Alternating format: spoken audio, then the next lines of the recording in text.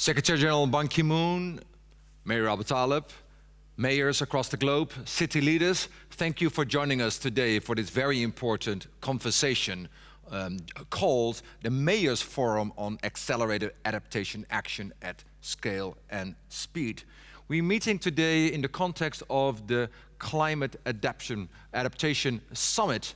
And today's conversation is not just only a conversation and a dialogue, but needs to result in concrete actions on the ground in cities. Because in cities, the war on climate will be won or lost.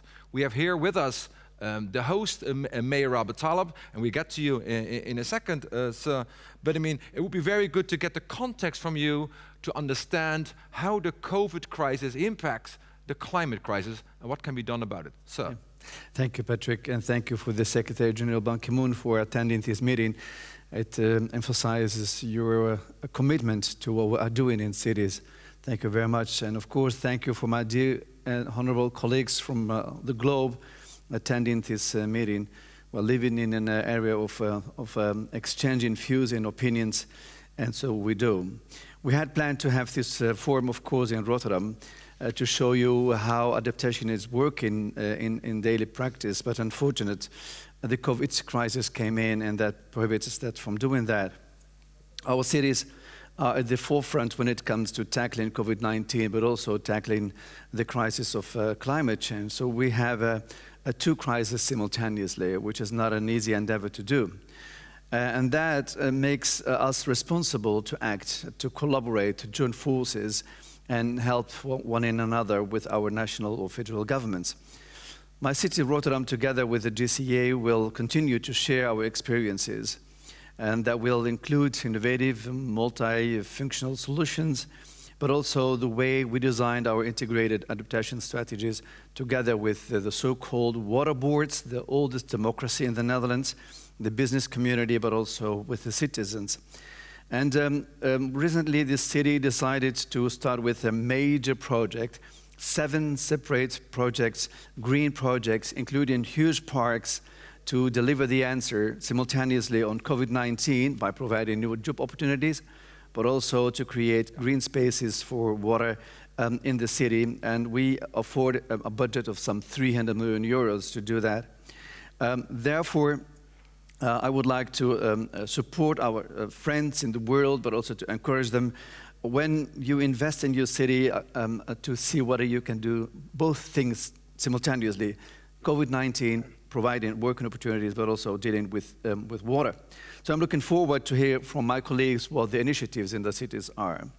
But before we do so, I would like to take the opportunity to start with handing over the so-called joint statement on accelerating adaptation in cities to you, Mr. Ban Ki-moon. It's an honor for me to announce on behalf of the mayors and commissioners Suarez and Hidalgo the launch of a new global program called 1000 Cities Adapt Now, initiated by a coalition of the Global Center on Adaptation, World Resources Institute, UN Habitats and Resilient Cities Network, endorsed and supported by many colleagues participating in this forum today, and a whole list of partners that already signed up. Your Excellency, I'm proud to virtually hand over this program to you and ask you to be on our side, supporting the mayors and governors in the world to implement very important strategies in our cities the coming decade. Thank you, Patrick. Well, thank you so much, Mayor Abu-Taleb, also for hosting the global headquarters of the Global Center on Adaptation in Rotterdam. It's currently being constructed. It's the largest floating office in the world, which will be opened anytime soon. We're also delighted to have our 15 mayors and city leaders with us today for this dialogue. And thank you also for being so forward-leaning in the sense of we can address the COVID crisis and the climate crisis at the same time. Secretary General Ban Ki-moon, you were referenced already several times. You're the chairman of the board of the Global Center on Adaptation. You're obviously also the 8th Secretary General of the United Nations. Cities are at the heart of the solution. What are your views, sir? Thank you, Patrick Verkooyen. Distinguished mayors, distinguished guests, ladies and gentlemen. It's a great honor to be speaking to you today. I'd like to thank Mayor Abu Taleb of Rotterdam for not only inviting me, but also kindly hosting the Global Center on Adaptation. As some of you already know, we are shortly to be moving into the world's largest floating office in the port of Rotterdam, off-grid and carbon neutral. It is a living example of urban innovation and resilience in action. Because the fact is, on our current trajectory, with the rising of 3 degrees Celsius, many of our cities may simply cease to exist. That is why today's forum and the due 1,000 Cities Adapt Now program comes at a critical time. And I'm honored to receive that compact. The world is at a crossroad. COVID-19 is colliding with an existential crisis, our climate emergency, and your cities are on the front lines. But the good news is that thanks to your work, cities around the world are rising to the challenge of protecting their citizens. From Addis Ababa, Bogota, Kampala to Berlin and Brussels, new bike lanes have been created to reduce the risk of COVID-19 transmission and decrease congestion, pollution, and greenhouse gas emissions. In Freetown, Sierra Leone, an urban farming initiative has been implemented to increase food security while mitigating flood and heat risk. And in Quebec, Rotterdam, Germany, and Pakistan, city, provincial, and federal government have passed stimulus packages to advance a resilient recovery and green jobs. These examples show promising moves towards resiliency and recovery, but more needs to be done. In the past, green infrastructure has been our response to public health concerns. Central Park in New York was developed following a prolonged outbreak of cholera. And Victoria Park in London, the city's first purpose-built park, was opened as a response to insanitary conditions, overcrowding and pollution in the city's East End. The organization I chair, the Global Center on Adaptation, believes that green infrastructure and nature-based solutions have a key role in helping the world's cities recover from this crisis. The G20 estimates the world needs to invest $97 trillion in infrastructure by 2040 to meet the Sustainable Development Goals. And nature-based solutions must become an integral part of that infrastructure if we are to have sustainable growth. At GCA, led by its CEO, Dr. Verkooyen, we are building on the bright spot, the examples of innovation in urban management that are already there. There is much we can learn from one another. If we work together, I believe we can prepare our cities for a warmer future and create healthy living spaces where people and biodiversity can thrive. Distinguished mayors, GCA stands ready to work with you on this critical agenda. Let us work together to make this world and these cities of the world much, much better and sustainable. Thank you very much for your leadership. Thank you. Well, thank you so much, Secretary General Ban Ki-moon, for your strong message and leadership throughout this journey, and also reminding us that building forward together is not only the right thing to do, but it's also the smart thing to do. It's good for our health, it's good for the economy and jobs, and it is good for our climate. Let's go to, and sir, we know you're extremely busy during the Climate Adaptation Summit with multiple engagements which you have in real time. So we really appreciate indeed having you with us for these opening remarks indeed. Let's go now to another mayor in another part of the world, Francis Suarez, mayor in Miami, Republican mayor in Miami, who puts climate change at the heart of everything what he does. Let's listen to Mr. Suarez. Ladies and gentlemen, esteemed colleagues, friends, and fellow attendees, it's an honor to join you for the 2021 Climate Adaptation Summit. While we are separated by oceans, continents, and time zones, we're all here as a human family, working to save and to secure our common home. We now confront the proverbial perfect storm of environmental, social, political, and economic crises that require immediate attention and swift action. In his encyclical Laudato Si', Pope Francis observed, the human environment and the natural environment deteriorate together. We cannot adequately combat environmental degradation unless we attend to causes related to human and social degradation. Because we are not faced with multiple crises, but one which is both social and environmental. Strategies for a solution demand an integrated approach to combating poverty, restoring dignity to the excluded, and at the same time protecting nature. Now is the time for an integrated and inclusive approach. Through the power of technology and the resilience of the human spirit, we have gathered leaders and experts from all walks of life to ensure that we not only confront climate change, but that we adapt to it. In Miami, we have adapted and invested through our Miami Forever Bond, which invests in infrastructure, inclusion, economic growth, and environmental adaptation. But we also know that a Miami that lasts forever must be a Miami that welcomes everyone. Successful and enduring cities integrate their new residents into stakeholders and shareholders in their success. This is why we have implemented the Miami For Everyone Affordable Housing Plan. And this is why we're introducing the Keep Miami Safe initiative, providing tools for our residents and homeowners to assess their buildings' climate resilience, adapt to climate change, and then take action to improve them. By integrating our city with our climate, we now have an opportunity to reform our economies and lay the groundwork for future decades of economic prosperity and social responsibility. COVID-19 has rapidly reshaped our politics, just as the Spanish influenza did 100 years ago. It has focused our agendas and added urgency to our actions. The debate is no longer a matter of the environment versus the economy. The environment is the economy. The environment shapes the strength of our political systems and the resilience of our societies.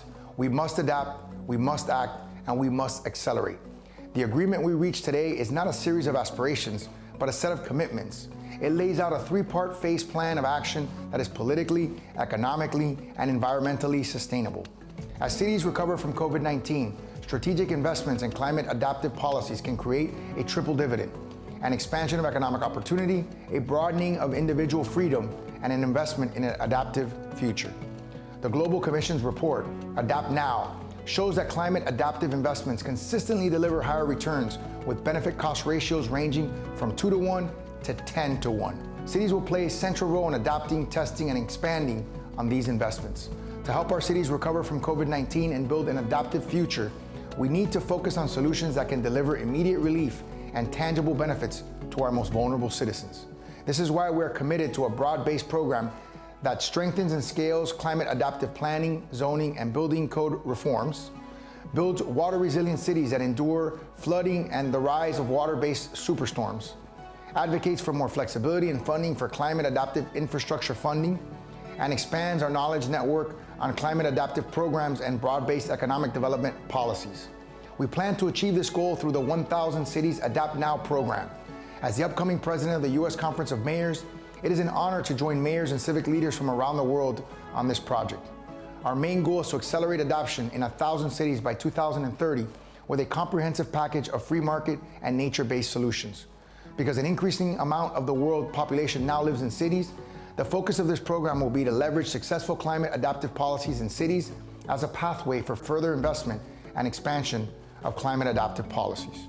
The Global Center on Adaptation and the World Resources Institute, along with the Resilient Cities Network, UN Habitat, and the government of the Netherlands, will lead the way in building a growing coalition to drive this 10-year program and accelerate the drive toward climate adaptive policies and programs throughout the world's cities. We must heed the lessons of our past and now act for our common future. We can do this. We have the talent, technology, and tenacity to win the future. It's up to us now.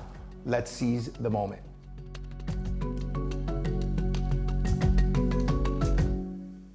Well, thank you so much, Mayor Soares, for your strong message of hope.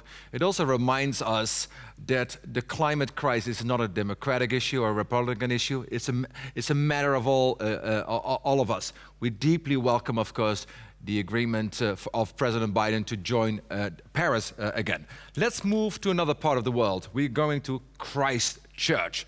Mayor Dalziel, you heard Mayor Abu Taleb, you heard your colleague in Miami, you heard, of course, Secretary General Ban Ki-moon. How do you wish to move this agenda forward?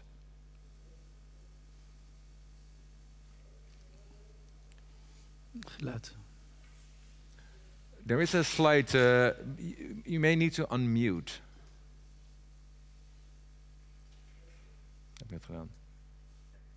Let's give it a try again. Okay, my apologies. No, we I'm terribly sorry. Yes. It's after 11 o'clock at night here in the other side of the world, so I'm afraid I haven't been sharp enough for you.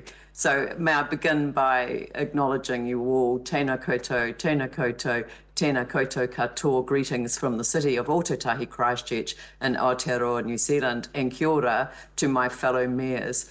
In the next 5 minutes, I just want to quickly talk about the importance of cities playing a leadership role in promoting the acceleration of climate change adaptation. But just a quick snapshot about our place in the world. The Greater Christchurch area is home to around 500,000 people. We're a small Pacific nation. We're a small city in a small Pacific nation. We're the second largest urban area in New Zealand. But as a relatively low-lying coastal city, we're exposed to multiple natural hazards, which makes us very relevant to the conversation that is being conducted today. Earthquakes, flooding, coastal erosion, storms, tsunami and fire, they all are challenging for us. The last decade has been particularly challenging for Christchurch. Next month is the 10th anniversary of the major earthquake that devastated our city and our communities. Although enormous progress has been made, we are still recovering from its impact. I think one of my first actions on becoming mayor in 2013 was to nominate our city for the 100 Resilient Cities Network, pioneered by the Rockefeller Foundation. And the reason that I did that was that I wanted to belong to a network of cities focused on sharing knowledge about building resilience, the cornerstone for taking action on the kinds of shocks and stresses we are vulnerable to. Climate change just adds to the challenges we have to confront, which is why we must take action now. We're also having to confront this global pandemic. We in Christchurch have certainly benefited from our government's go hard and go early strategy. However, we have to remain constantly vigilant to the risks we continue to face. Community transmission could send us back into lockdown any time. But at the same time, we know from our experience that in a crisis, we must look for opportunities. And there is great opportunity in terms of investing in those kinds of examples that we've already heard from the Mayor of Florida in terms of making those investments for the future. There is no question, though, that our focus on building resilient communities has helped us enormously, and I believe it will do so again when it comes to climate change adaptation. In 2019, our council declared a climate and ecological emergency and adopted our greenhouse gas emissions targets, net zero carbon emissions for the council by 2030 and 2045 for the whole city. We are in the process of finalising our local strategic framework for climate resilience action, which is firmly based on the partnerships that, in my view, are more readily developed at a city and community level. And there are two aspects of our approach that I just want to speak to briefly, which I hope offer a unique perspective on why cities matter. The first is the significance of our relationship with Māori, our First Nations peoples, and the opportunities, secondly, the opportunities the earthquake offered us to model adaptation planning in collaboration with our communities.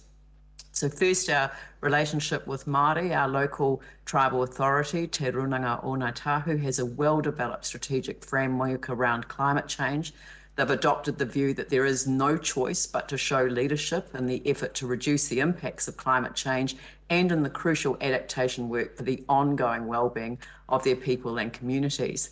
They're facing this challenge with the courage, resilience and wisdom of their ancestors as they create a cultural legacy for those yet to come who must live in a changed world. Ngāi Tahu is committed to working in partnership with local and central government as we are with them. None of us can succeed without the other.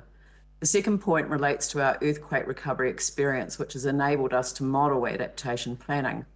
As part of the response to the earthquakes, a 600-hectare area of low-lying, flood-prone land adjacent to the Otakaro-Avon River was cleared of around 7,000 residential homes with a government buyout.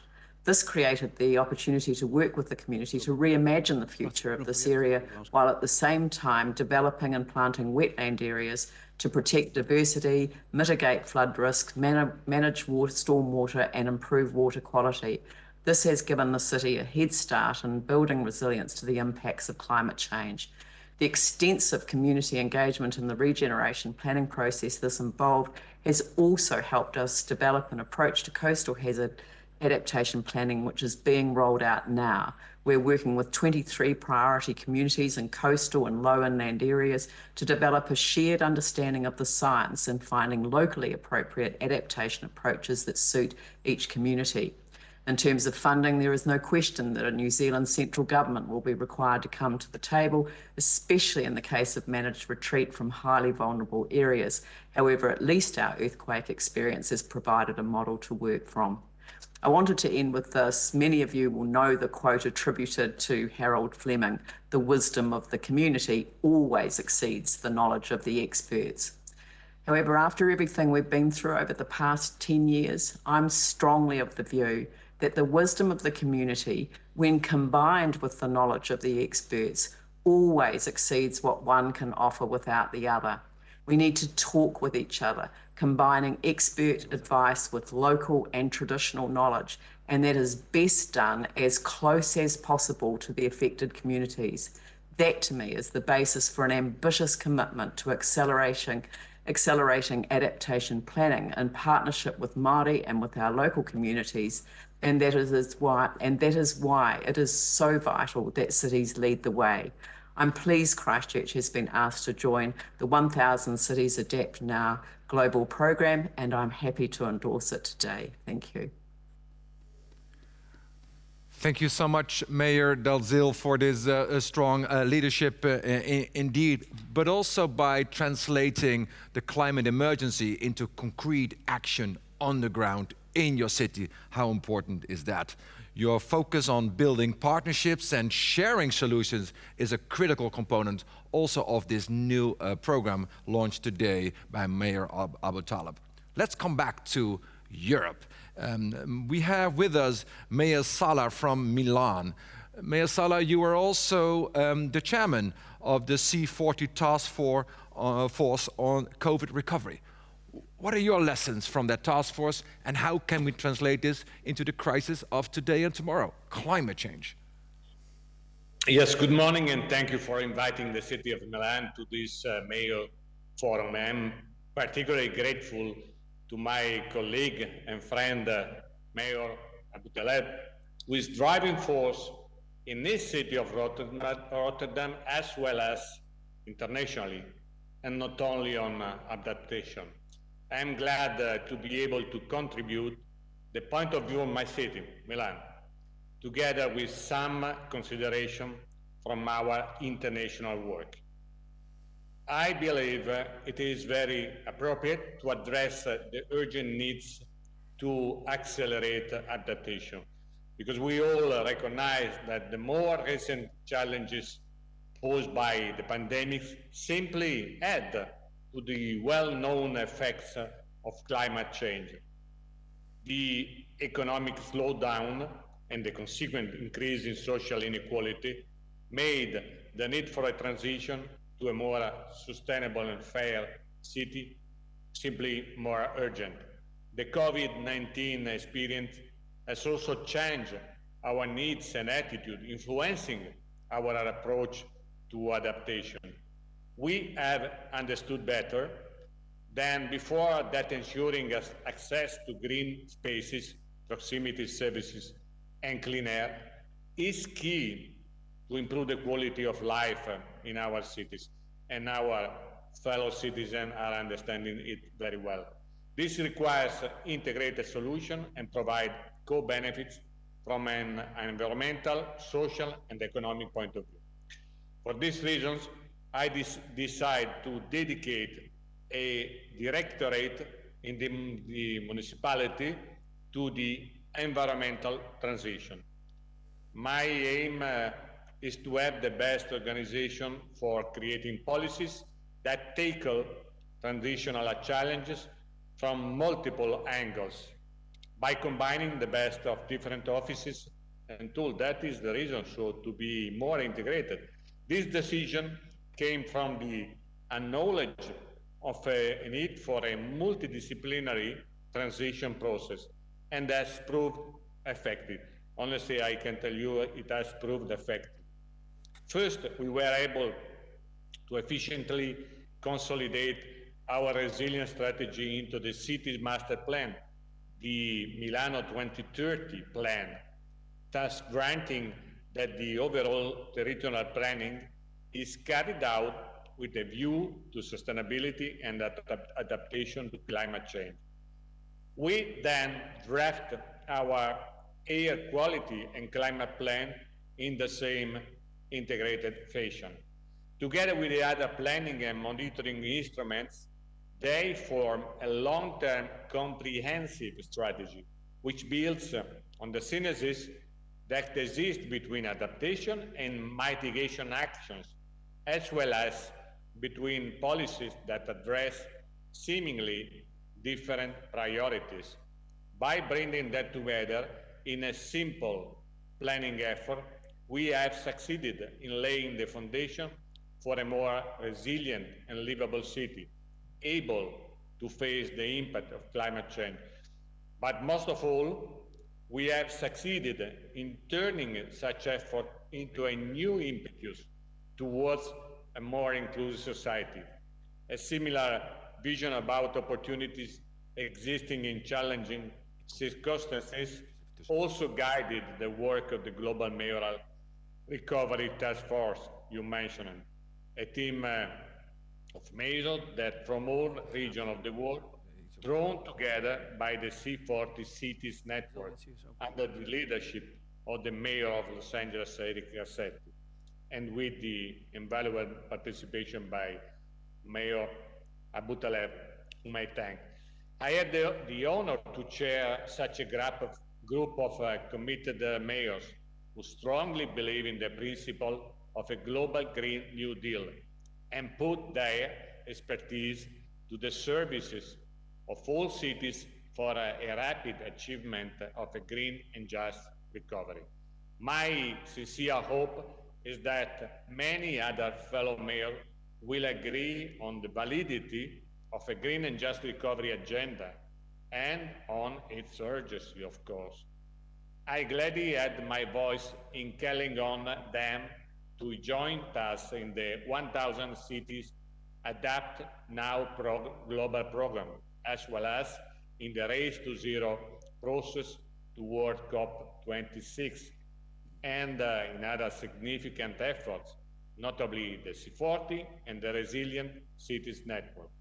Together, we will inaugurate a decade of Renovate Climate Action, during which adaptation measures will also be a leverage for a green and just COVID-19 recovery. I am glad to be able to work alongside my fellow mayors on the path towards a climate resilience and inclusive future. So I told you about the experience in Milan. I don't know if our solution is the best one, but having and let me tell you again, having a directorate for climate transition, it's a strong message for the municipality, but it is also a strong message for the community. So thank you for the attention and my best wishes for a successful Mayor Forum. Thank you so much, Mayor Sala, for your very strong commitment and leadership on this agenda. Also calling for a green recovery indeed. I mean, it reminded me your call that we need 3 revolutions. One on understanding what works and what doesn't work. One on planning.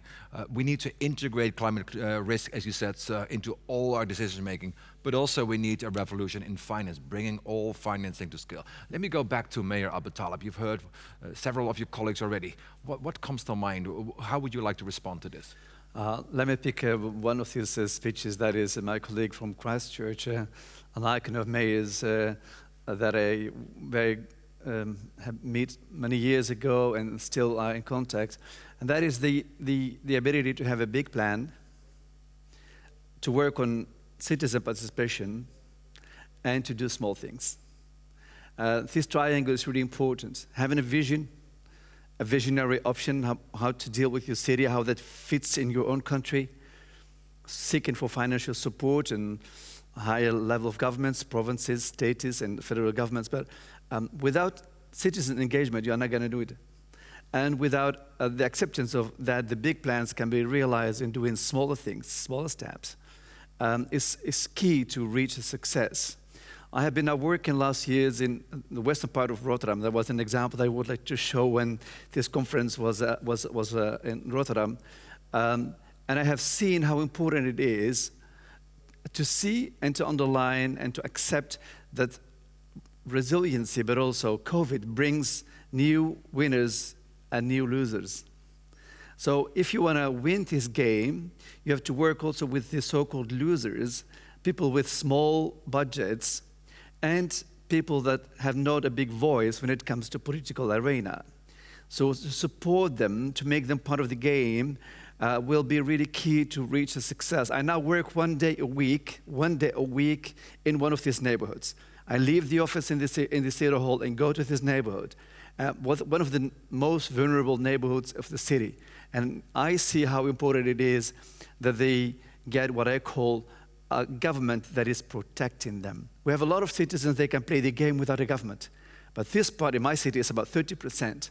If you want to make them part of this approach. So one of the big parks that we're going to construct the years ahead is planned in one of these neighborhoods to get the support of the citizens, that they know that resiliency and climate change is not a high talk for leaders. It has a practical meaning in their own neighborhood. And that's exactly the point which I would like as a takeaway also from your colleagues so far. Climate action on the ground, it's doable, it can be done, it is being done, it needs to be scaled up, it needs to be scaled up faster, and we need to bring everybody to the table. Let's go to your colleague, the governor in Jakarta, Anies Baswedan. Please, your view, sir. Thank you, Professor Vergoyen, and thank you, my colleague, good friend, Mayor Abutaleb, for inviting and for initiating this important forum. Allow me to continue the conversations. I may be able to share some of the items that Jakarta have accomplished and have done, but that is not what I'm here to do. I'm here to present to you some of the challenges that cities similar to us is now facing and what kind of collaborations that we can call and embark on a journey together. In the developing countries, in a city as big as ours, Jakarta is a city of 10 million people, around 600 kilometer squares, and we contributed about 18% of Indonesian economy. So this is the center of our economy. And the challenge for urban area like us, and like many other developing countries, is to balance. We have been moving into economic development, into economic growth for decades. And then we realized that that was achieved at the expense of ecology, at the expense of environment. And then a few years ago, we started to create a balance. On the one hand, maintaining economic growth, on the other hand, preserving the ecology. Making that balance is a must, and economy and ecology must go hand in hand. In reality, translating that into a more practical work at the local level is something that I would like in this forum to call for collaborations. So that's one issue that is confronted by cities like us, not only in Jakarta, but many cities in developing countries. The second challenge, which is fortunate, is that we are facing this climate change and pandemic simultaneously. This has given us an opportunity to reshape understanding in our populations about how do we want the future to be. One of the great things about this pandemic for us in Jakarta is that we haven't seen blue skies for many, many years. And in this pandemic, we adopted large-scale social restriction or social distancing. And what happened, we reduced office activities into 25%. And for many, many weeks, we experienced blue sky. Yeah, Suddenly, clean air is in front of us. Suddenly, it's a reality. It's not something we read on a book or we see on a movie, but it's here in our city. So now, public engagement on climate change, on practical aspects about environment is much more easier, given the fact that the populations is now having realizations that we had never experienced before. So what I'd like to call upon this meeting is collaborative actions. I think there are two aspects that is important. One is it takes technology, it takes financing to go through on adaptations. And I would like to find ways that I think many cities are also facing similar challenge to have ability to access technology and financing to do that.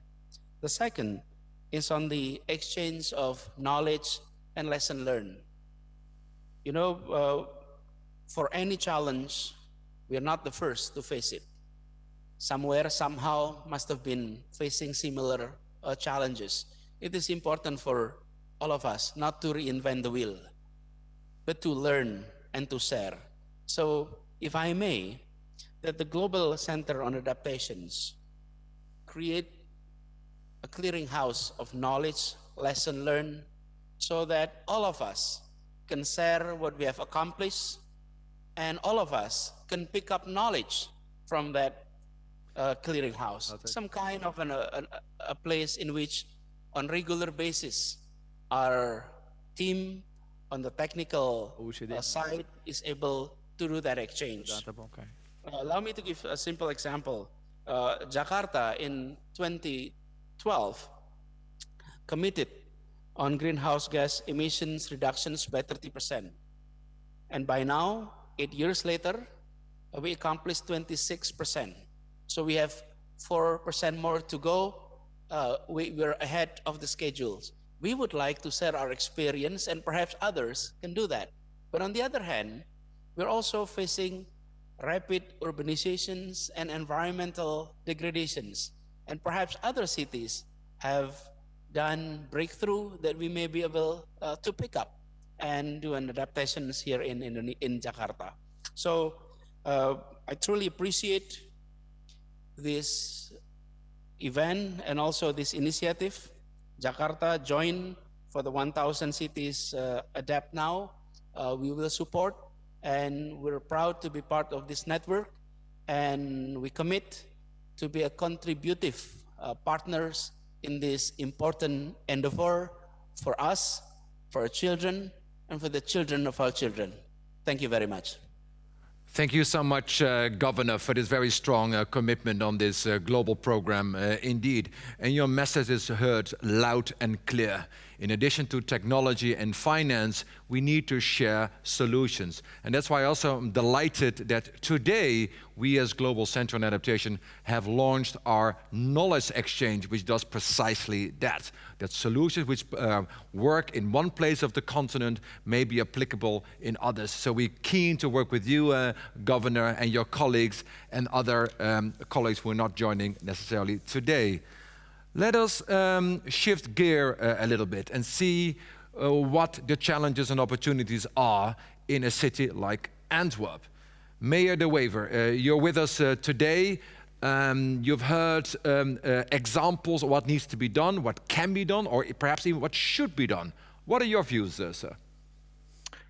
Greetings to you all from the city of Antwerp, and my sincere congratulations for everything you do to protect your cities from the consequences of climate change. I've been hearing wonderful things about it. Congratulations also to the mayor of Rotterdam. That's our sister city, which is very fortunate to have a great mayor, Mr. Abu Talib. And I would like to start by underlining what he said about people with small budgets.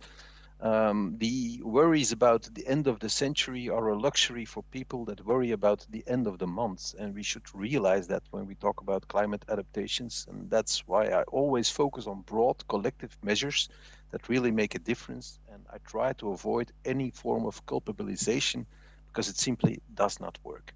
I've been given 2 minutes to speak about Antwerp. I'll be very brief. I would like to talk about the 5 main challenges that climate change poses for my city, and 5 of the major solutions that we're trying to get done.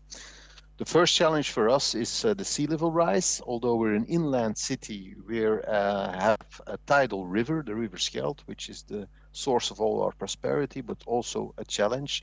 The city might flood. Certainly when climate change also causes the so-called superstorms, it's a mathematical certainty that the city will flood. Second challenge is other fluvial flooding from secondary rivers that feed the River Scheldt. That could mainly happen in the winter period. Third challenge is pluvial flooding from the rain. That will mostly happen in summer when we get heavy rain that we haven't been seeing, and mostly in low areas we see flooding. Fourth challenge is drought. Our city for drinking water depends entirely on purified river water. And also the water table has been getting lower and lower, which causes the death of ecosystems in our parks. Fifth and last main challenge is the heat stress and heat waves. We've been a city for more than 1,000 years, so you can imagine that it's very densely built. We have very little open areas, green areas. It's heavily paved, the city, which causes, of course, the well-known urban heat island effect.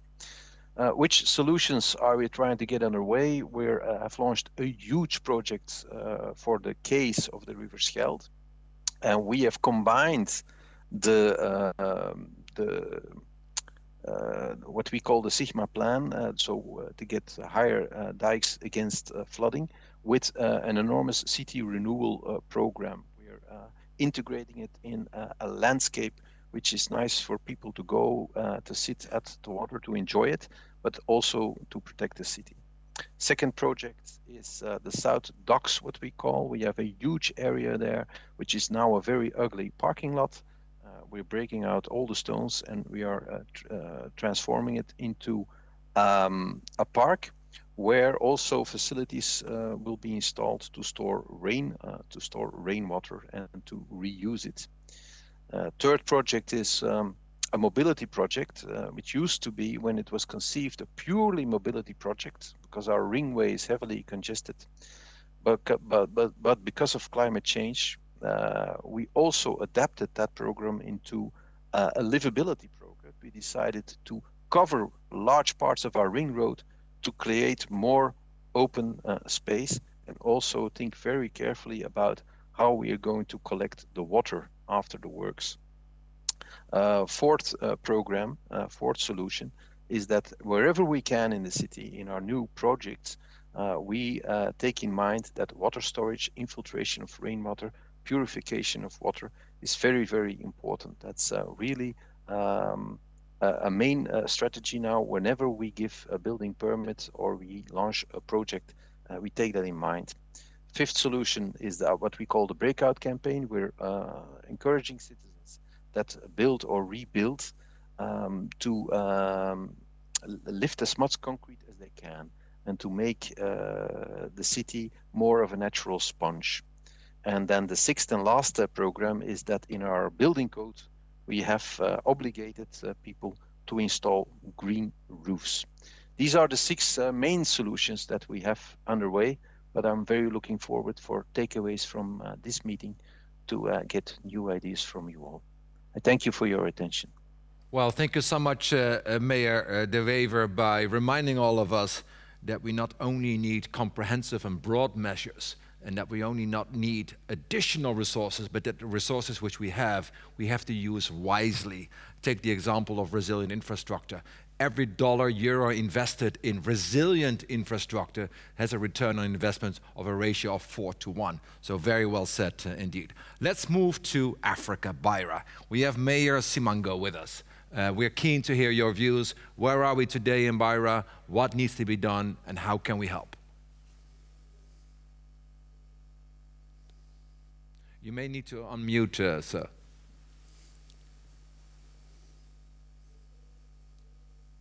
I think you're muted still, yeah.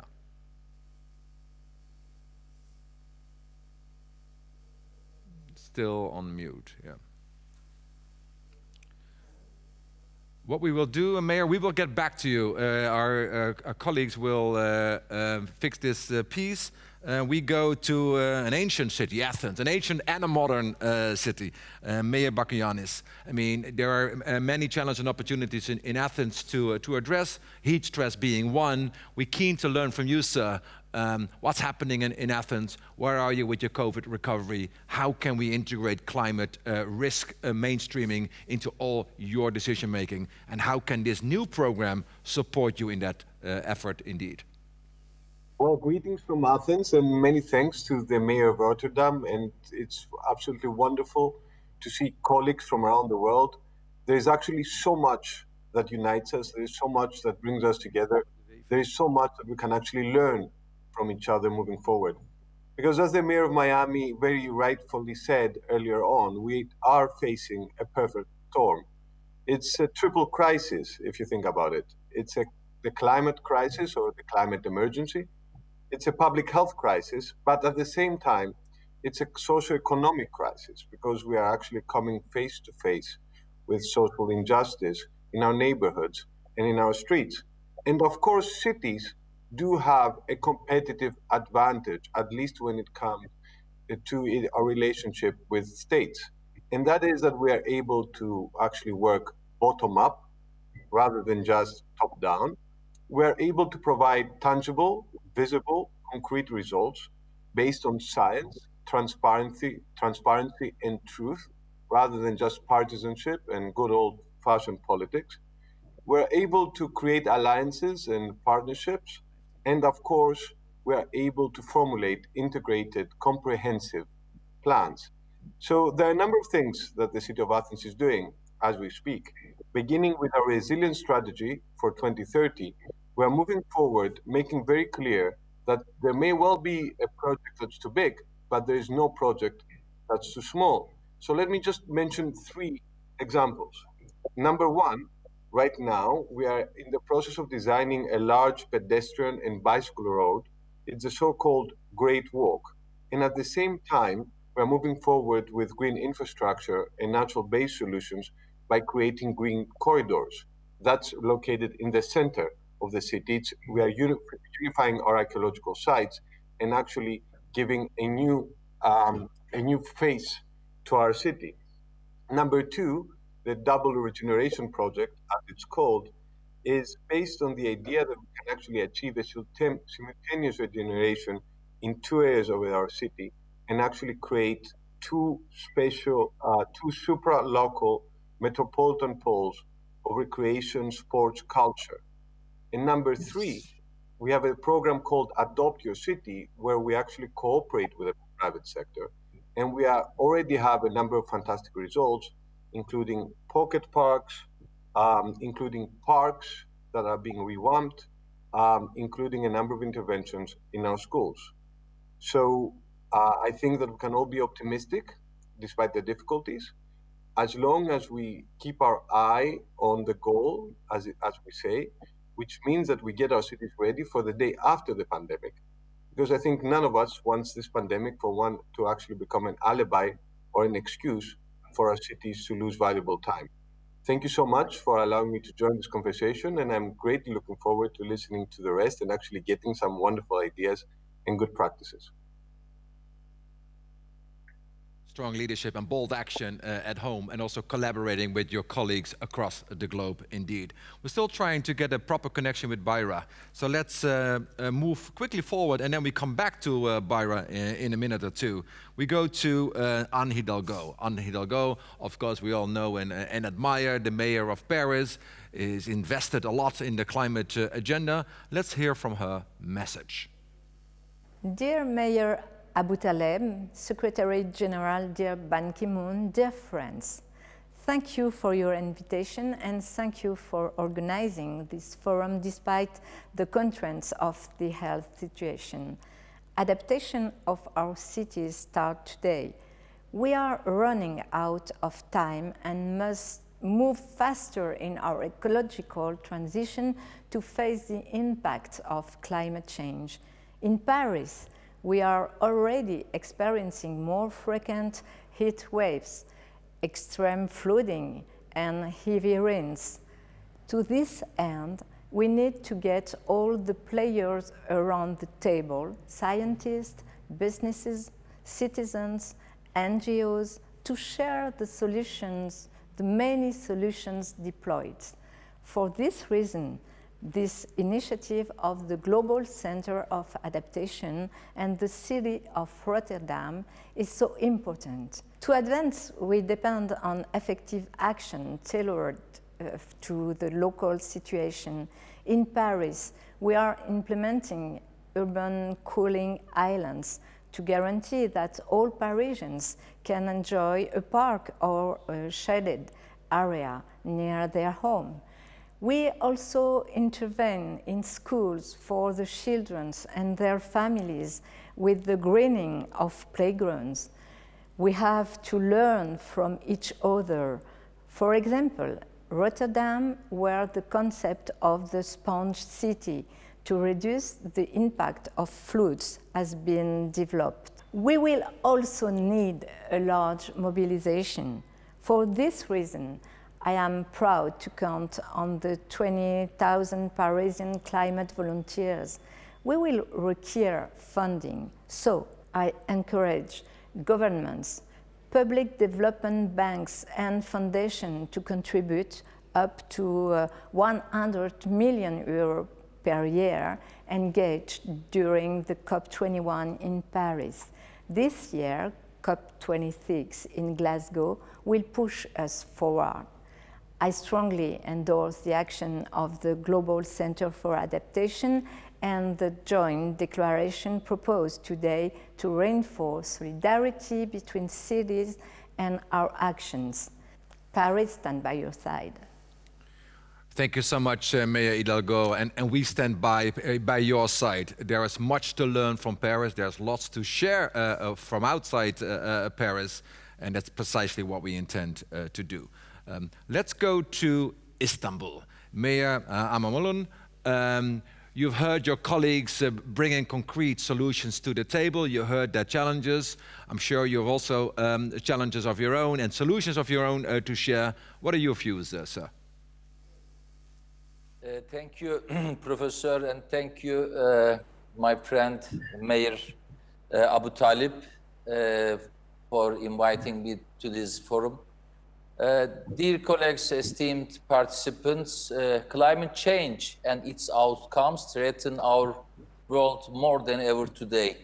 For this reason, I am glad to take part in the Mayors Forum under Climate Adaptation Summit 2021, which allows us to meet with the respected people who are working hard to create solutions for climate change. Cities with 55% population of the world are both the actor and the victim of the climate change.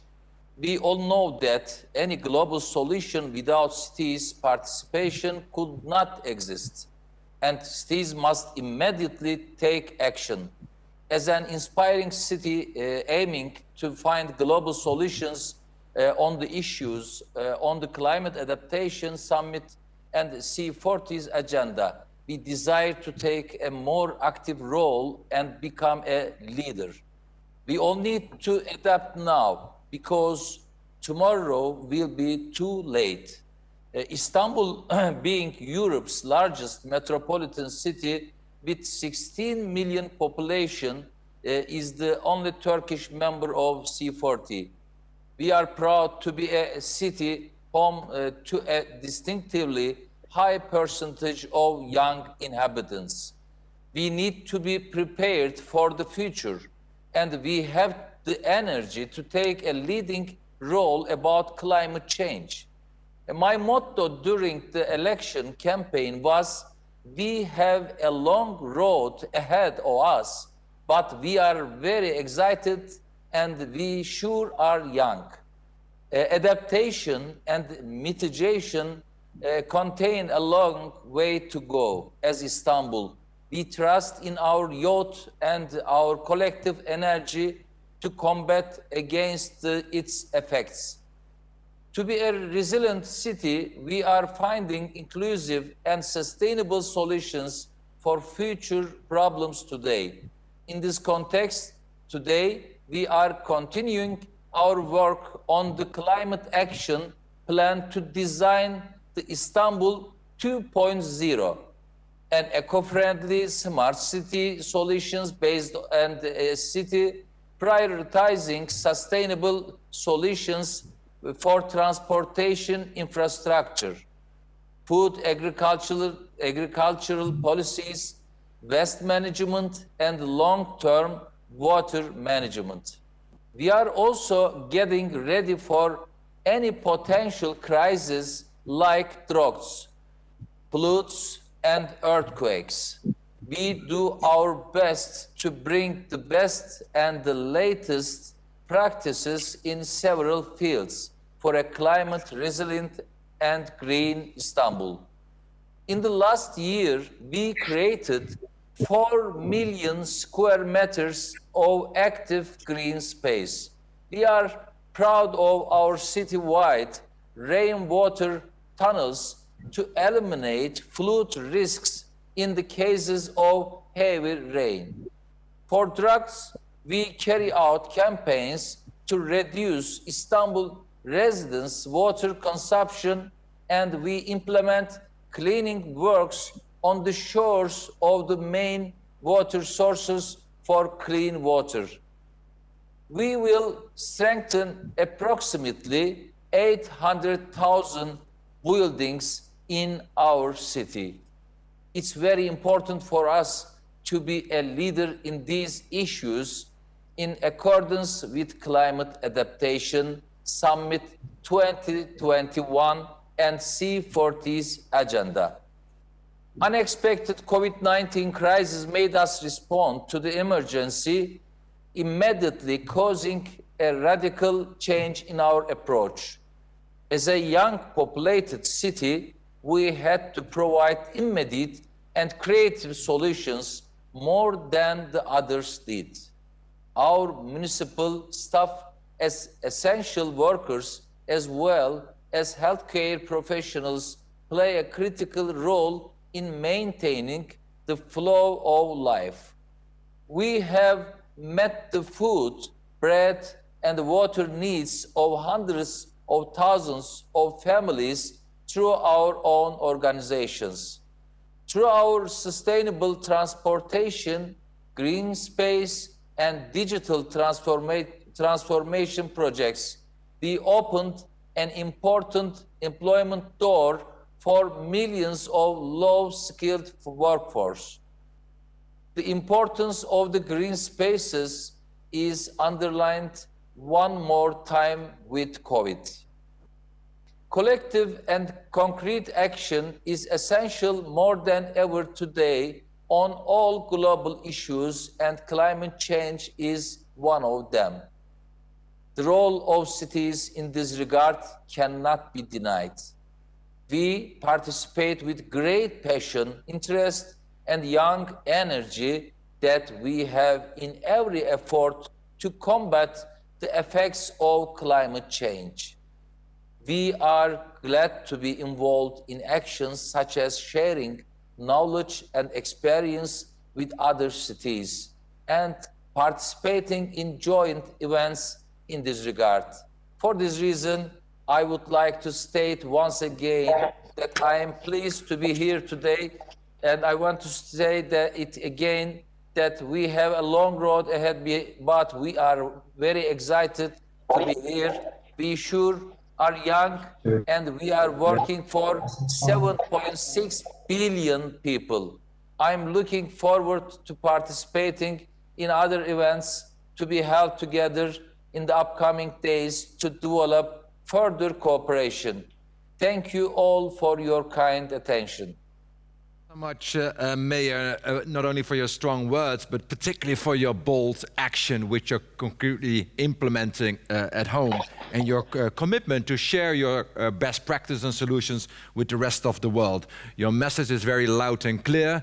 Prevention is always better than curing afterwards, because it is either we delay and pay, or we plan and prosper. So let's go to Africa, to Accra.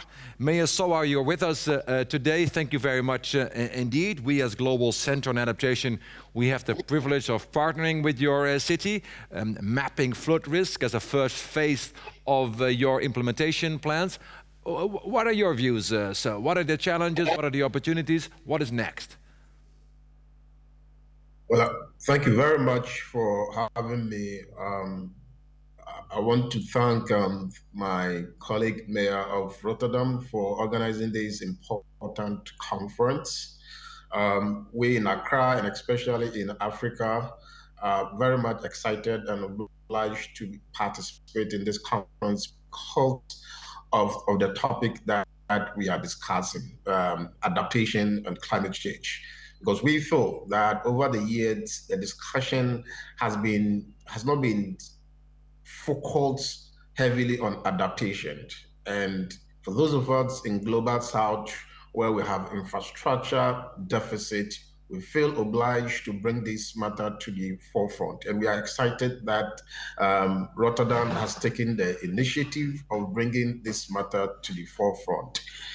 We in Accra are confronted with a couple of issues. One of the key issues which are attributable to climate change is heat. The temperature of Accra has gone up by 1 degree Celsius over the couple of decades now, and we are feeling the heat more in Accra. In fact, it extends to the nation, so there's an induced migration from the north to Accra, and that is causing a lot of pressure on our amenities in Accra here. And then as well, critically, it's the issue of flooding. We've been experiencing perennial flooding every year during the raining season because it rains much shorter time and heavier and causes a lot of flooding. Indeed, almost every year, sadly, we lose life because of flooding.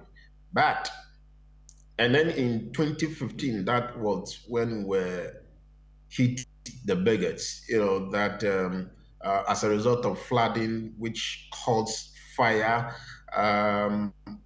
we lost over 150 souls in Accra, and a lot of people also passed on. The World Bank did the assessment, and it cost us over $150 million in Accra, the flooding. But we've taken steps to address some of these big issues, because the flooding is also caused by lack of drains to accommodate the flow of water, and then the water bodies are also choked. So steps have to be taken to address these issues. And I might say confidently that in In Accra, as we speak now, storm drains are heavily constructed to reduce the incidence of flooding. And last year, flooding was very minimal for the first time in Accra because of the heavy in infrastructure. And then the main water body that is also connecting to the sea, also dredging is also ongoing. So there are practical steps that you take to address some of these challenges that you are confronted with. You know, Accra is also very, it's on the sea, very close to the sea. So, and generally the informal community and the formal community is mixed up. We have a high informal community in Accra. In fact, 80% of our labor force are working in the informal sector. So you can imagine. And fishing, it's a big business in Accra. And as a result, we experience a lot of tidal waves that destroys the artisanal canoe that we have in Accra. So as I speak to you now, the central government, with the support of China, there's a grant that we are building a new fishing harbor so that fishing business can go on without these sort of challenges that we are confronted with. And all these things that we are doing, we are mindful of the fact that we have to mainstream climate change in all our development front. And that's what we are guided by. Every effort that we take, we are guided by the elements of climate change. And with the support of C40 cities, we have developed a climate change action plan, which we launched last year. Accra was the second after Durban to launch a climate action plan. So we are guided by these plans, which is giving us indications of our sources of our emissions and how to tackle it. And three key areas that are our sources of our emission is waste, and the second is transportation, and the third is stationary energy. Waste is a big issue. So in 2017, with the support of our president, we launched a program to make Accra cleanest city in Africa. The intention is not just to make Accra clean, but to address the issue of climate change, which its main source of emission from Accra is also waste. So a combined effort of all these being guided by the action plan that we have, we are very grateful and hope that we are on the path of making Accra more resilient and also to be able to achieve our climate, the Paris climate goals that we've set for ourselves. The assessment also that has been done by the City Adaptation, with the City Adaptation Accelerator on the climate risk assessment, is also guiding us and shaping us in the things that we do. We are grateful for these interventions and support that we have received from our partners. And we've come to the realization that as much as climate change is a local matter, but it's a global issue as well. We are advocating for all of us as cities and communities around the world to do an assessment and to find out your locally determined contributions, what contributes to the climate change locally, so that we can design a bespoke strategy to deal with it. That is our call, and we appreciate the fact that all the cities, mayors, my colleagues that have joined us over here have shared their experience, and they've told us what their concerns are, and our concerns probably could be different. But these local actions impact globally, and we are excited to be part of it. We are excited to be part of the journey that we've started. Thank you very much. Well, thank you so much, Mayor, for your very strong commitment indeed. I'm switching gear a little bit, given the time which is left for us for this very important dialogue indeed. We're going to the Mayor of Khulna, Talukder, the third largest city in Bangladesh. Please. বিসমিল্লাহির জাতিসংঘের সাবেক secretary general ও বৈশ্বিক জলবায়ু অভিযোজন কেন্দ্রের সভাপতি জনাব বান Ki Moon এবং রটারডাম শহরের মেয়র জনাব আহমেদ আবু তালেব, বিশ্বের অন্যান্য নগরের মেয়রগণ, সুধীমণ্ডলী, আসসালামু আলাইকুম। মেয়র ফোরামের অন এক্সিলারেটিং অ্যাডাপটেশন ইন সিটিজ নামক এই বৈশ্বিক ফোরামে আমাকে কিছু বলায় আমি নিজকে সম্মানিত বোধ করছি। আপনারা হয়তো অবগত আছেন, জাতির জনক বঙ্গবন্ধু শেখ মুজিবুর রহমানের সুযোগ্য কন্যা জননেত্রী শেখ হাসিনার দূরদর্শী নেতৃত্বে কারণে বাংলাদেশ আজ বৈশ্বিক জলবায়ু অভিযোজন প্রক্রিয়ায় নেতৃস্থানীয় ভূমিকা অবতীর্ণ হয়েছে। জলবায়ু পরিবর্তন, অভিযোজন ও টেকসই উন্নয়নে জননেত্রী শেখ হাসিনার নেতৃত্বে বাংলাদেশ আজ উন্নয়নের এক রোল মডেল। জাতিসংঘের ইউনেস্কো ঘোষিত বিশ্ব ঐতিহ্য সুন্দরবনের প্রবেশদ্বার হিসাবে পরিচিত আমাদের এই খুলনা শহর কর্ম এবং বসবাসের জন্য একটা চমৎকার নগরী। যদিও জলোচ্ছ্বাস, ঘূর্ণিঝড় এবং বন্যার নতুন দুর্যোগের দ্বারা প্রয়ত ক্ষতিগ্রস্ত হচ্ছে, এই নগরে রয়েছে উন্নয়নের অপার সম্ভাবনা। যদি দুর্যোগ সহনশীল নগর গড়ে তোলা যায় সকলের সম্মিলিত প্রচেষ্টায়, ইতিমধ্যে আমরা এশিয়া উন্নয়ন ব্যাংক, জার্মান উন্নয়ন ব্যাংক এবং নেদারল্যান্ড এন্টারপ্রাইজ এজেন্সির কারিগরি এবং আর্থিক সহযোগিতায় জলবায়ু অভিযোজন সহায়ক ওয়াটারেস রিভারেজ প্রকল্প চালু সহ হাদিস পার্কের উন্নয়ন, পুকুর সংরক্ষণ, সংরক্ষণ, নদীর তীর উন্নয়নের মাধ্যমে দুর্যোগ সহনীয় নগর গড়ের কাজে আমরা দৃষ্টান্ত স্থাপন করেছি। আমাদের এই কাজগুলো খুলনা নগরের পানি এবং ড্রেনেজের সমস্যার সমাধান সহ বাংলাদেশের বদ্বীপ পরিকল্পনা বা নেদারল্যান্ডের সরকারের সহযোগিতায় গৃহীত বাস্তবায়নের রোল মডেল হিসেবে কাজ করবে বলে আমার বিশ্বাস। যদিও আমাদের উন্নয়ন কার্যক্রম স্বাভাবিকভাবে অতিমারি কোভিড-19 দ্বারা বাধাগ্রস্ত হয়েছিল, কিন্তু সামাজিক দূরত্ব সহ অন্যান্য ব্যবস্থাপনা গ্রহণ করায় এবং নাগরিক ও অতিমারি মোকাবেলার সহ দুর্যোগ সহনশীলতা বৃদ্ধি পেয়েছে, যা ভবিষ্যৎ নগর পরিকল্পনা বাস্তবায়নের পথ নির্দেশ দেবে। আমরা আমাদের সমস্যা সমাধানে সকলের একসাথে পেতে চাই। আমরা আমাদের কাছ থেকে ভালোটা শিখতে চাই, আমরা অন্যের কাছ থেকে ভালোটা শিখতে চাই এবং আমরা চাই আমাদের ভালোটা অন্যরা জানুক, শিখুক। এই বৈশ্বিক মেয়র ফোরামে অংশগ্রহণে সেই চেষ্টাই প্রাথমিক ধাপ। আমাদের অনেক দূর যেতে হবে সকলকে নিয়ে। এই 1000 Cities Adapt Now প্রোগ্রাম এই যোগদানের মাধ্যমে জলবায়ু অভিযোজনের বৈশ্বিক মাত্রায় আমরা সামিল হতে পেরে ধন্য মনে করছি। সকলকে ধন্যবাদ। জয় বাংলা, জয় Bangabandhu, Bangladesh চিরজীবন। Well, thank you so much, Mayor, for your strong message, and also by reminding us how important it is that there is a strong collaboration between the central government and the city government. And we really also are grateful for the leadership of the Honorable Prime Minister Sheikh Hasina, also as she's hosting the GCA South Asia office. Let's go to the Commissioner Sri Pani in Surat. Sir.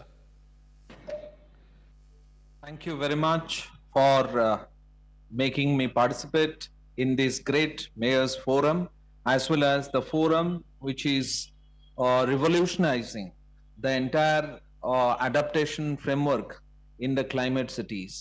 Congratulations to the organizers and all the esteemed colleagues in this forum. In fact, we have seen in COVID-19 that cities are in the center of response to any global crisis. So climate cities, as we see it, in fact, cities are the main cornerstones through which these climate challenges can be addressed. So because of that, I think this 1000 Smart Cities framework that is being initiated, and I applaud the initiative and all the partners who are associated it, and I certainly express my commitment to the entire program, and I am volunteering. My city is volunteering in the country.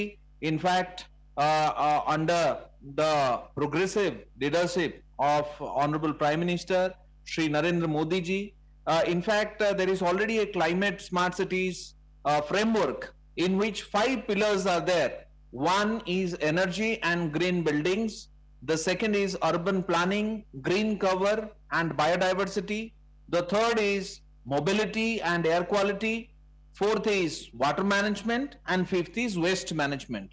These are the 5 main centers on which entire climate smart cities framework resolves. And we are in fact very excited to be a part of this program. If we see the Surat model also, that Surat has been affected by flood several times in the past. In fact, we are partnering with Rotterdam on a city-to-city model also for this initiative. Mobility is another framework in which we are taking up a lot of measures, including metro. In fact, the earlier framework of individual transportation systems to public transportation system has been taken forward in the city of Surat. In fact, city of Surat is a 7 million population city, so it's a big city, and there has been many initiatives like Air Action Plan. There are synergy in housing, education and health, particularly recently when we saw the COVID-19 outbreak. In fact, a lot of migrant population live in the city of Surat. 1.5 million people were given food for continuously 68 days. Almost 18 million food packets was being given to this migrant population. This has been one of the resilient systems in the city that we have. It is a coordinated approach of the administration of the city, NGOs, civil society organizations, and many other organizations who are partnering with us. We are also going to build, in fact, the work has already begun for one of the biggest biodiversity parks in the country, and we are the second cleanest city in the country of India, zero waste city, Surat, and the planning for a sustainable model is also already made and approved. That is Surat 2035. And I must say that these are the most important things that we are ready to commit, and we are continuously doing it. Not only doing it, but we are committed to contribute much more. And I'm really very happy to be a part of this 1,000 Cities CAN initiative, and I'm thankful for making me participate in this great network of people for the commitment. And I must express that global partnership with local solutions is the only way that we can handle the climate smart cities framework. COVID-19 may go in a short while because the vaccination program has begun, but climate challenge will continue to remain. So all of us together, we must resolve to face this climate challenge and contribute our best, because climate challenges are going to stay with us. So to give a better future for our children and grandchildren, we must commit ourselves. Thank you all my esteemed colleagues here who are participating along with me. Thank you very much. Thank you, Commissioner, for your very strong commitment, and also reminding us that cities are the response of any crisis which we are facing simultaneously indeed. Let's move to the great city of Manchester. Mayor Burnham, let's see whether you're with us today, sir. Yes, indeed. I am. Greetings, everybody, from Greater Manchester. We're very proud to be joining you all today. And like others, I would wish to thank Mayor Abu Taleb for bringing us together for this extremely well-timed event. And I want to pick up on the words of the Mayor of Athens, Mayor Bakoyannis, who told us, reminded us that we're facing 3 simultaneous crises. An environmental crisis, a climate crisis, but also, of course, a health crisis and an economic crisis. And we've got to develop a plan to deal with all 3. The timing is good because, as colleagues will know, the United Kingdom is preparing to host the Conference of the Parties, COP26 in Glasgow later this year. I think we need to leave Glasgow as an international community with a plan for a global green recovery from COVID-19. And that green recovery worldwide needs to be led by cities from the bottom up, driving innovation, quickening the pace of change. And what I'm hearing today from all of my colleagues around the world is that is exactly what is beginning to take shape. We are not unaffected here in the UK by climate change. In the 4 or so years that I've been mayor, we've already faced a number of extreme weather events, massive moorland fires in 2018, and serious flooding last week. And these events are happening more frequently, as I'm sure my fellow mayors around the world will also be able to testify. And yet, this is an important moment for change, because given what we've all lived through over the last year, I think people are now perhaps more open than they have ever been before to make changes to the way we live, the way we work, and the way that we move around. And as the Mayor of Istanbul said, there is a new value being placed on green space. People are walking more, cycling more, and this presents us with a real opportunity. I'll touch on 3 things in Greater Manchester that are underway to meet our goal of a zero carbon city region across our 10 boroughs and 2.8 million residents by 2038. That's the date that we credibly believe that we can meet. So we are about to bring forward the largest clean air zone in the country, in the UK, covering all of our 10 boroughs in Greater Manchester. We are developing plans for the largest cycling and walking network. We're building it right now, taking our inspiration very much from our colleagues in Rotterdam and in the Netherlands more broadly, which are way ahead of the UK on this question. And thirdly, we are looking at a substantial retrofitting program where we train a new generation of young people in the green construction skills to be able to convert domestic properties, homes, and business premises to make them zero carbon. And this is where we can bring things together. By rising to the climate crisis, we can also find answers to the jobs crisis. Thousands of quality jobs for our young people. And we've got to be in the business now as mayors of getting on and creating those retrofitting programs that will open up those jobs and help us rebuild the economy coming out of the COVID crisis. So this is the thinking that's underway here in Greater Manchester. We look forward to welcoming you all to Glasgow, hopefully in person later this year. The first time that the world will come back together coming out of this crisis. And we need to have that plan for a global green recovery. It is my view that in 100 years' time, in 21, people will look back at this period that we are living through, and it's my belief that historians will say that in 2021 a major change was made to accelerate progress towards a zero carbon society. One of the legacies of the pandemic, I believe, will be that determination to deliver green and clean growth coming out of the pandemic. We are the people in this position at this moment in time, and we must not shirk from that challenge. We need to rise to it. All of us, we all carry a heavy responsibility as mayors, but let's support each other.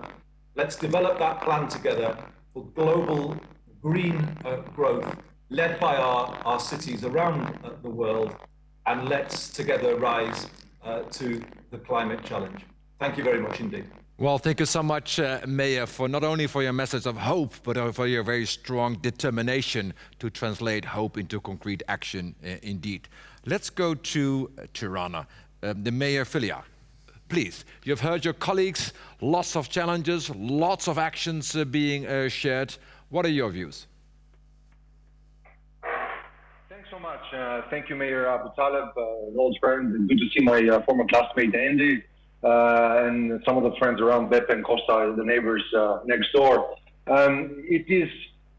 It has been an unusual year for us. You know, the pandemic everybody's gone through, so I'm not going to talk about that. But right before the pandemic, we had two major earthquakes in late 2019. So one in September, one in November. So, you know, when the pandemic hit, the question was, geez, you know, how, you know, strange can it become? You know, once in 100 years, you get hit by all this trauma all at once.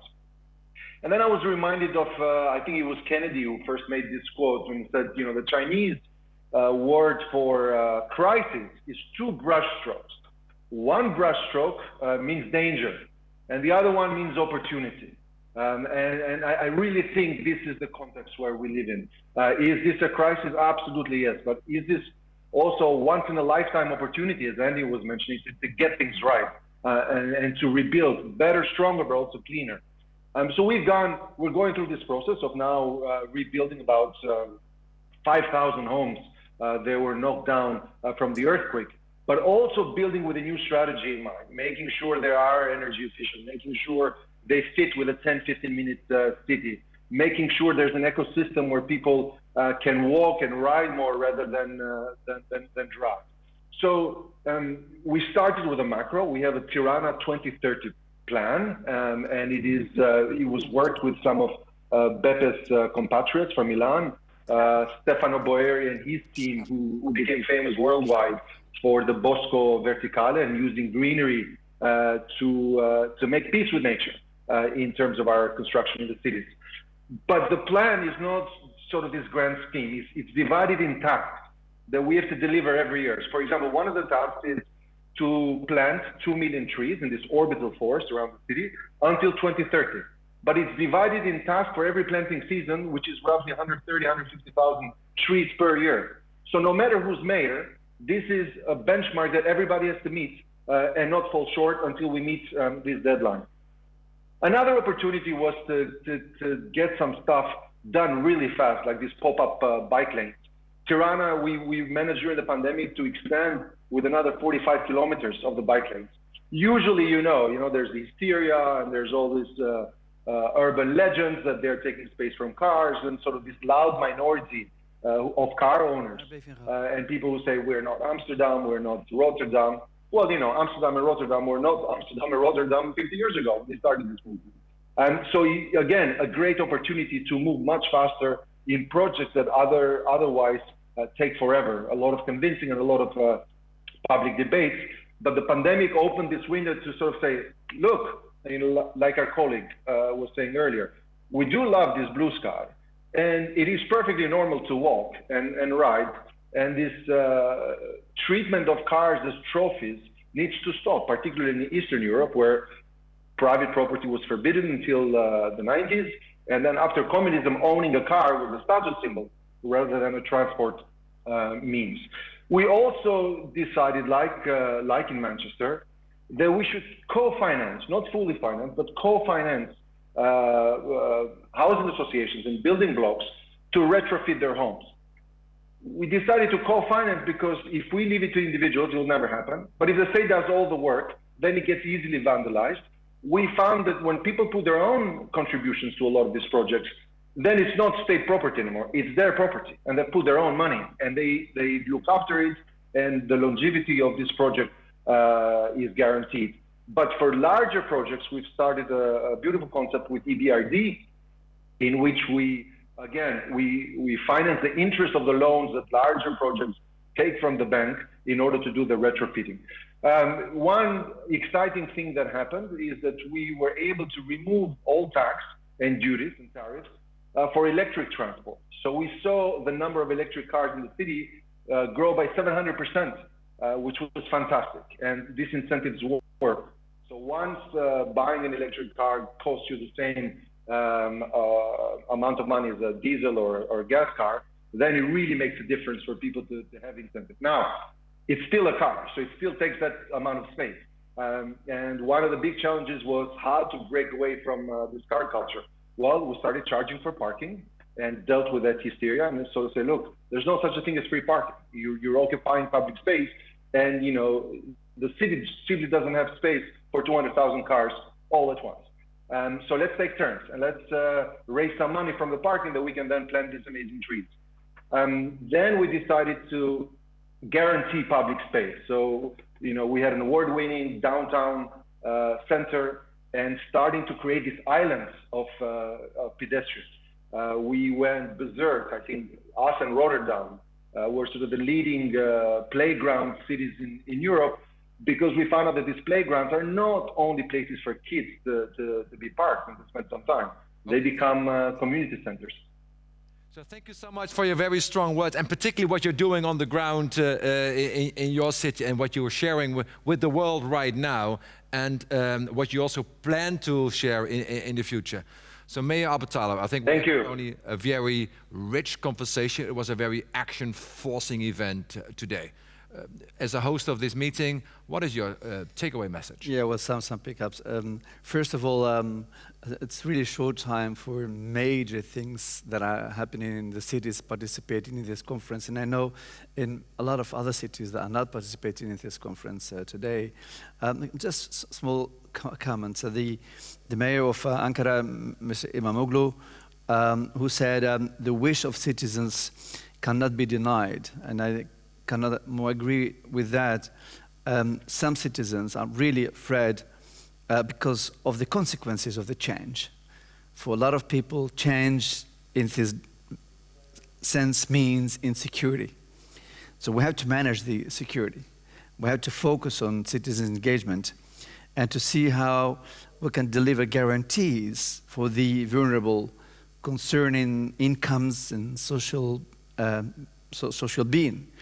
If you work in the Philippines along the water to make your living fishing, and that fishing has been threatened by flooding, and taking actions along the coast means a threat for the income of citizens. So we have to manage these uncertainties and to deliver guarantees. The mayor of Accra, who really focused on providing enough resources. Yes, we're talking about major projects, costly projects. So financial institutions must come in. Banks, the World Bank, the IMF must play a role, not only because it does something with finances of countries, but really it helps these countries to move forward and creating new opportunities. The mayor of Athens, Greater Manchester, they said that the change needs to be not to be seen as a threat, but to be seen as an opportunity to create new jobs.